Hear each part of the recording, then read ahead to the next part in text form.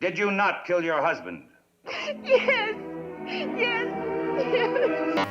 I killed a big gas bag.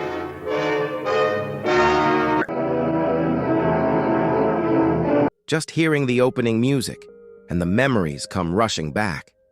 Do you still remember Perry Mason, the man with eyes that seemed to pierce through deception and a voice powerful enough to silence an entire courtroom? Welcome to Hollywood Movie Stars, where we relive the golden age of television together. Perry Mason wasn't just a TV series, it was a part of our memories, a symbol of justice. Today, nearly 70 years later, we'll take a journey to discover what has become of that legendary cast in the year 2025. How old were you when you first watched Perry Mason? Don't forget to hit subscribe and share your memories in the comments below. Raymond Burr as Perry Mason. Read it again, Mr. Graves. Louder, Mr. Graves. Go on! Raymond Burr played defense attorney Perry Mason, the man who never lost a case in the courtroom. He first took on the role in 1957 at the age of 40 and remained with it for 271 episodes, spanning from 1957 to 1966. Perry Mason wasn't just intelligent and composed, he embodied moral integrity and a relentless pursuit of truth. His relationship with Secretary Della Street, portrayed by Barbara Hale, always hinted at something deeper than professional, though it was never made explicit. Burr won 2 Emmy Awards, 1959-1961, for this role. Before Mason, Burr had made a name for himself playing villains, such as in Alfred Hitchcock's Rear Window. When cast as the attorney, he had to lose nearly 50 pounds, over 22 kilograms, to fit the character's image. His professionalism, combined with a cold yet compelling performance style, made him the model for TV lawyers for decades to come. Raymond Burr, born Raymond William Stacy Burr, was born on May 21, 1917 in Canada. His childhood was filled with hardships. His parents divorced, and he took on various jobs, salesman, babysitter, gardener, to support the family. Publicly, Burr claimed he had been married to actress Isabella Ward, though they divorced after just 1 year and had no children. Later reports suggesting he had a wife and child who died young were considered fabricated. Burr lived privately with his same-sex partner, Robert Benavides, for over 30 years until his death. After Perry Mason, Burr found continued success in the TV series Ironside, 1967 to 1975. Despite suffering from stomach cancer, he completed the final installments of the Perry Mason TV movies in the early 1990s. Raymond Burr passed away on September 12, 1993, at the age of 76, and was buried in Napa Valley, California. His estate was valued at approximately $15 million at the time of his death, most of which was left to Robert Benavides, who went on to manage Burr's vineyard and the charitable foundation named after him. Barbara Hale as Della Street. What's yours? You'll never know. Barbara Hale portrayed Della Street at age 35, the sharp and intelligent secretary to attorney Perry Mason. More than a loyal assistant, Della represented calm, grace, and trustworthiness amid the tense courtroom atmosphere. Her professional bond with Perry Mason, Raymond Burr, was marked by deep mutual respect and unspoken emotional connection, though it never ventured into romance on screen. Viewers loved their quiet companionship, built on loyalty and silent understanding. Barbara Hale was born on April 18, 1922, in Illinois, USA, to a family of Scottish-Irish descent. Before fame, she worked as a model to support herself while studying art in Chicago. Besides Perry Mason, Barbara won an Emmy Award in 1959 and appeared in films such as The Window, 1949, and Jolson Sings Again, 1949. An interesting fact, her son, William Catt, also became an actor and co-starred with her in the Perry Mason Returns episodes. Barbara married actor Bill Williams in 1946, and together they had 3 children: Jody, 1947, William Cat, 1951, and Juanita, 1953. Their loving relationship lasted 46 years until Bill's death from brain cancer in 1992. After Perry Mason ended, Barbara reprised her role as Della in 30 TV movies from 1985 to 1995, working alongside her son William, who played Paul Drake Jr. Barbara Hale passed away on January 26, 2017, in Sherman Oaks, California, at the age of 94, due to complications from chronic obstructive pulmonary disease, COPD. She was laid to rest in Sherman Oaks, and her net worth was estimated at around $3 million, largely from Perry Mason residuals and long-term television work. William Hopper as Paul Drake. Well, why don't you ask Larry? Ben! Allow me. William Hopper portrayed Paul Drake, a private detective working closely with attorney Perry Mason, providing investigative support and helping solve cases. Hopper took on the role in his 40s, bringing to life a mature, intelligent, and somewhat witty Paul Drake. His character often worked seamlessly with Della Street, played by Barbara Hale, and served as a bridge between the real world and the courtroom. William Hopper was born in 1915 in New York City. His mother was none other than the famous actress Hedda Hopper, Hollywood's so-called queen of gossip. Contrary to the notion of an easy path, Hopper struggled to step out of his mother's shadow and build a name for himself. Before joining Perry Mason, he served in World War II with the United States Navy, where he experienced psychological trauma and nearly retired from acting altogether. His return to the screen as Paul Drake was a pivotal moment that helped him re-establish his career, making him a familiar face on 1950s to 60s television. Aside from Perry Mason, Hopper took on a few major projects, partly due to health issues and partly because he felt drained by the spotlight.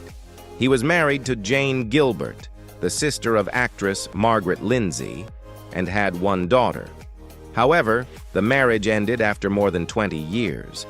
Following the divorce, Hopper lived a relatively private life and rarely appeared in public. Tragedy struck in 1970 when he was diagnosed with lung cancer due to years of smoking. Despite undergoing surgery to remove a lung, the cancer returned aggressively. William Hopper passed away on March 6, 1970, in Palm Springs, California, at the age of 55. He was buried at Rose Hills Memorial Park. Though he didn't leave behind a vast fortune, his estate was estimated at around $150,000 at the time of his death. A modest figure, yet a fitting tribute to a dedicated actor who fought to define his legacy beyond the shadow of his famous family. William Talman as Hamilton Burger. I object, Your Honor. Objection overruled. I object. Objection. I object. Overruled. William Whitney Talman Jr., born February 4, 1915, in Detroit, Michigan, played Hamilton Burger, the district attorney of Los Angeles County, who regularly lost to defense attorney Perry Mason. When the series began, he was about 42 years old, and his character appeared in approximately 210 episodes from 1957 to 1966. Hamilton was portrayed as stern, devoted to justice, and occasionally frustrated by Mason's brilliance, but he always maintained his ethical integrity. Talman and Raymond Burr shared a respectful off-screen relationship. Though adversaries in the courtroom, they held one another in high regard. Talman came from a wealthy background.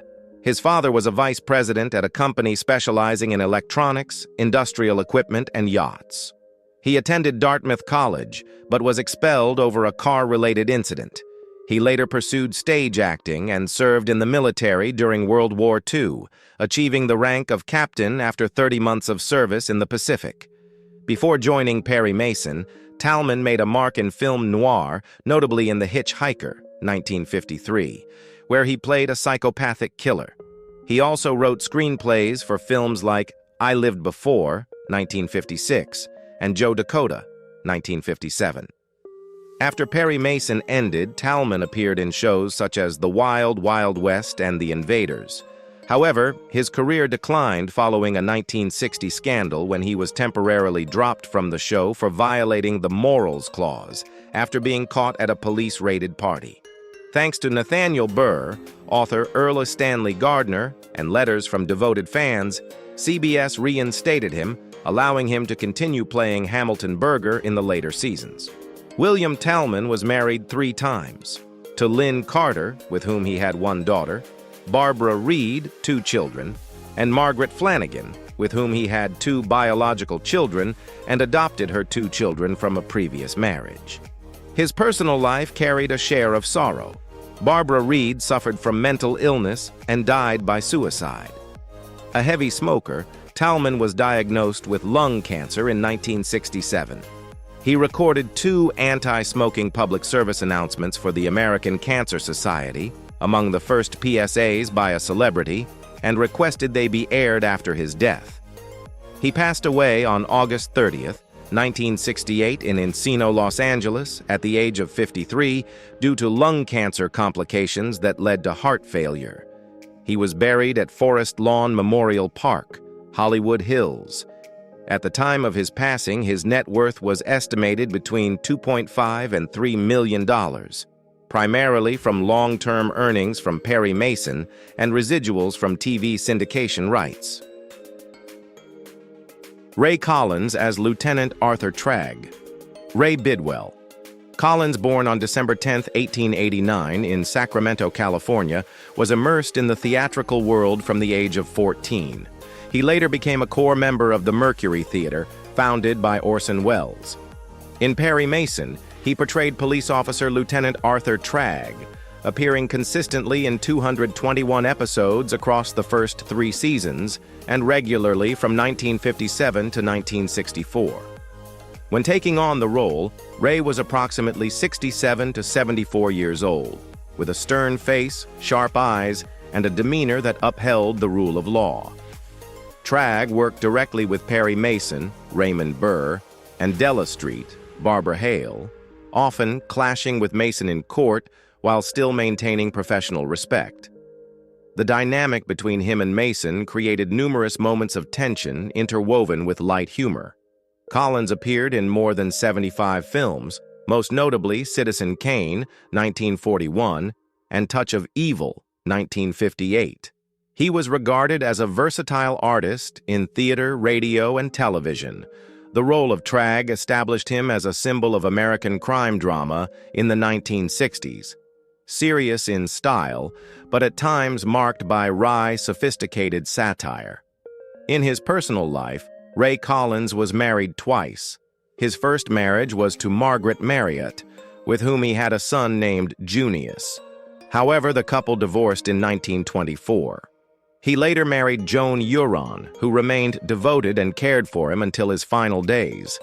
Throughout his career, Collins was free from scandals or controversies, leading a relatively private life and fully committed to the arts.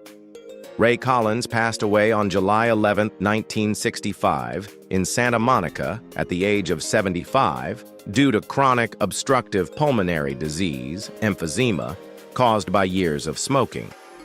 Despite his declining health, his name continued to appear in the end credits of Perry Mason episodes through season 8. This gesture was a tribute from Raymond Burr, who requested that Collins's name remain on the list to ensure he would continue to qualify for actors' union health insurance. A touching act of kindness within the Hollywood community. Collins was laid to rest at Forest Lawn Memorial Park, Hollywood Hills, the final resting place of many iconic names. At the time of his death, his net worth was estimated at around $5 million, thanks to more than 100 roles in film, television, theater, and residual income from reruns. After he stepped down from the role of Lieutenant Arthur Tragg for health reasons, the character was succeeded by Lieutenant Andy Anderson, played by Wesley Lau from 1961, who continued in the lead police role for the rest of the series. Wesley Lau as Lieutenant Andy Anderson. Wesley Lau was born on June 18, 1921, in Sheboygan, Wisconsin. He took on the role of Police Lieutenant Andy Anderson in the Perry Mason series from 1961 to 1965, replacing Ray Collins, Tragg. When he began this role, he was about 40 years old. Andy was the model of an honest, calm, and sharp-witted officer. Though he frequently worked with prosecutor Hamilton Berger, he maintained respect for Perry and a neutral attitude, traits that made his character beloved by audiences. From 1961 to 1965, Wesley appeared in 81 episodes, assisting in solving cases and occasionally cross-examining witnesses in court. The relationship between Andy and Perry was not confrontational but complementary, creating a subtle balance in the narrative arc.